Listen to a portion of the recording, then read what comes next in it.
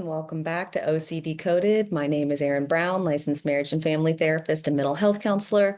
I have OCD myself, and my goal with this is to help you learn to turn your OCD into a superpower. And part of how I'm doing that is by trying to model all the things I'm saying, to do practice what I preach, in other words, and that through these videos, that's a big piece of it, that there is no editing in these videos. This is just me speaking to you and trying to have a conversation. And that, as always, I want to remind that, if you ever have any more in-depth questions or concerns about it, to please speak to your own therapist about it, that this is not therapeutic advice. This is a discussion about OCD. And that leads into kind of the next part, which I had someone comment on one of the videos that about AUD, which is autism and ADD together. And I thought I was really appreciative of that insight about it. And it inspired me to be courageous and try and talk about that a little more outright. That when I talk about neurodivergence, it does include a lot of different things. And while OCD is one form of neurodivergence, there are many, and they can look so similar and they can overlap and combine. They can be misdiagnosed.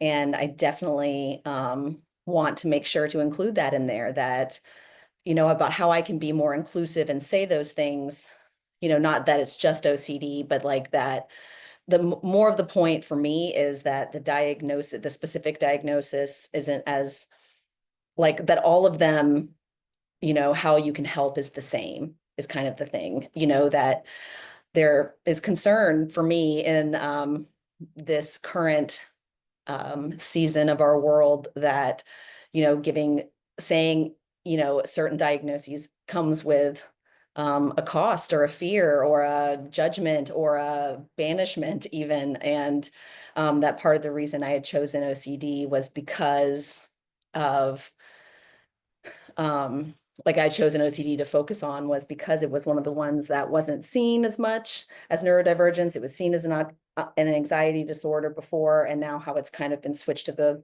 processing disorder part of it, and how that includes neurodivergence. And that I want to really be able to speak up more about that it's not something wrong or bad about the person, and that it is actually a superpower. It's a different way of seeing the world. It's a needed way of seeing the world. And, that it's been, that there are reasons and benefits for every single type of person out there, and how to value people as people, and to have dignity, and to not exclude or condemn or label certain things. And as a therapist, it's a really challenging place to be in, to want to help, but then also be afraid of giving certain diagnoses and what that might mean, and how this all works together to, about fears. And then it leads back to me for OCD, and part of why I call it OCD and why that helps me to organize it in my brain is because of the doubt part, and how to really look at the doubt. Like if we think of it as a fear and doubt disease, that yes, I know that other neurodivergence types can also have hyper focus or not be able to focus, and all of these different things. That one of the things that sets OCD apart is the fear and doubt piece of it. That you can have OCD with all the different types of neurodivergence, as well as you can, just have like, the fear and doubt piece. And I guess that's part of my goal, is to really help all types of people that, that struggle with fear and doubt. And it's making me really evaluate, like, even the name of this podcast and everything. And the whole idea of how I can speak to that more clearly, that, that it doesn't define people. And yet there are ways to use it as a superpower, and to see it as not something that needs to be hidden or shamed or less than. And how the others, that I want it, that for everyone that struggles with fear and doubt, to be able to use these tools. And so for me to think about how I can change my approach and delivery about all of this, and that's kind of the point of me doing these, is to know and to share that I don't have all the answers, and I don't my goal is to never come off like I'm the expert on those kind of things. It's more to create discussions as, these are things I've discovered and found through my own personal experience and working with clients. And I'd love to hear more about the experiences that all you have and what helps you and doesn't help you through these videos. And the idea that, that your experience is valid and that every single person has a valid way of seeing the world. And how do we, and that's the question that I feel like comes up a lot recently is how do I shine my light in this world? And how do I let other people shine their light in this world? And what happens when we feel like our lights contradict in a way, like what's right for me may not be right for you, and that's fine. But there's a line that, that like what I want to do might conflict with how you want to do, and how do we navigate that? And I think it's an ongoing question that won't necessarily be ever perfected or finished or like graduated from, but that for me, the goal is to continue to be curious about it and to continue to be willing to humble myself, to say that I don't have all the answers, that every single person is different, and that I want to be able to value every single person's way of seeing the world, even if it contradicts with my own. And but that how can we have a discussion that it's not my goal to change how other people think, but that I also want to be able to express how I think and how I see the world, and for that to be safe and or at least to be, the right to be heard and seen and witnessed, that all experiences are valid. And can we start from there? And it doesn't mean that everybody gets to do whatever they want necessarily, but that it is that people have valid needs and valid different ways of seeing the world.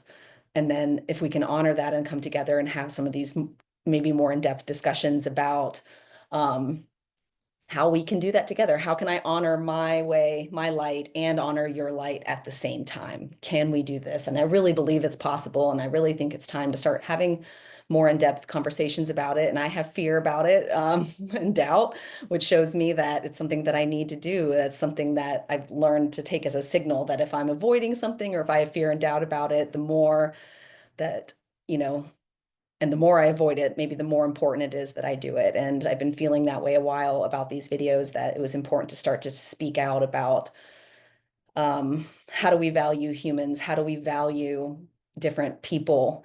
But that includes every person, that it's not just saying like that if we're trying to include people, but then we're shaming other people who aren't including people, then we're just doing the same thing to them that they were doing to us. And that shame and blame is going to get us nowhere, that our society in so many ways is gotten very focused on shame and blame and whose fault is it, and we want to pin it on somebody and then they get punished and then everyone else feels better, and that feels better, but that, in quotes, but that it doesn't really solve anything, and that doesn't really get anywhere.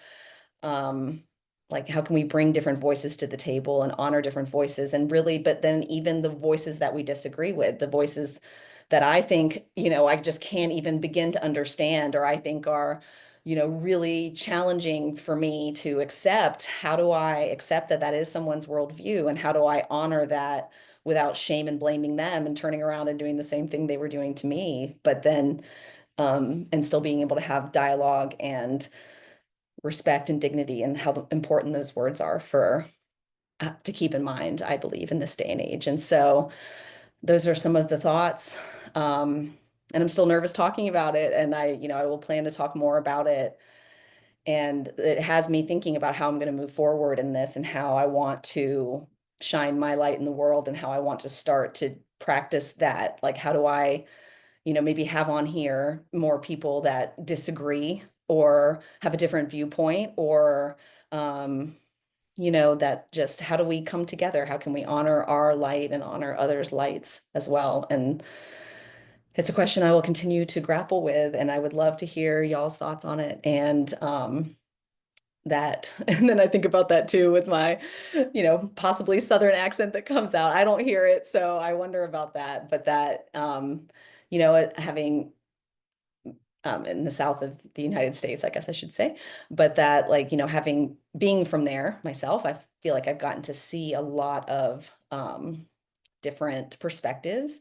And I've been, I grew up in one perspective, I've swung to the other side, and now I'm finding this middle ground that can honor both. And that's the point that I would like, to help share with others and help them do that same thing instead of swinging from one extreme to the other. How do we find this middle and keep coming back to the middle, or keep coming back, keep turning toward each other in this way instead of turning away from each other. And so with that, I hope to hear what you think about it, and any ideas or concerns or anything that you have that you want to express. And until then, I hope you have a good one and that my light honors your light. See you next time.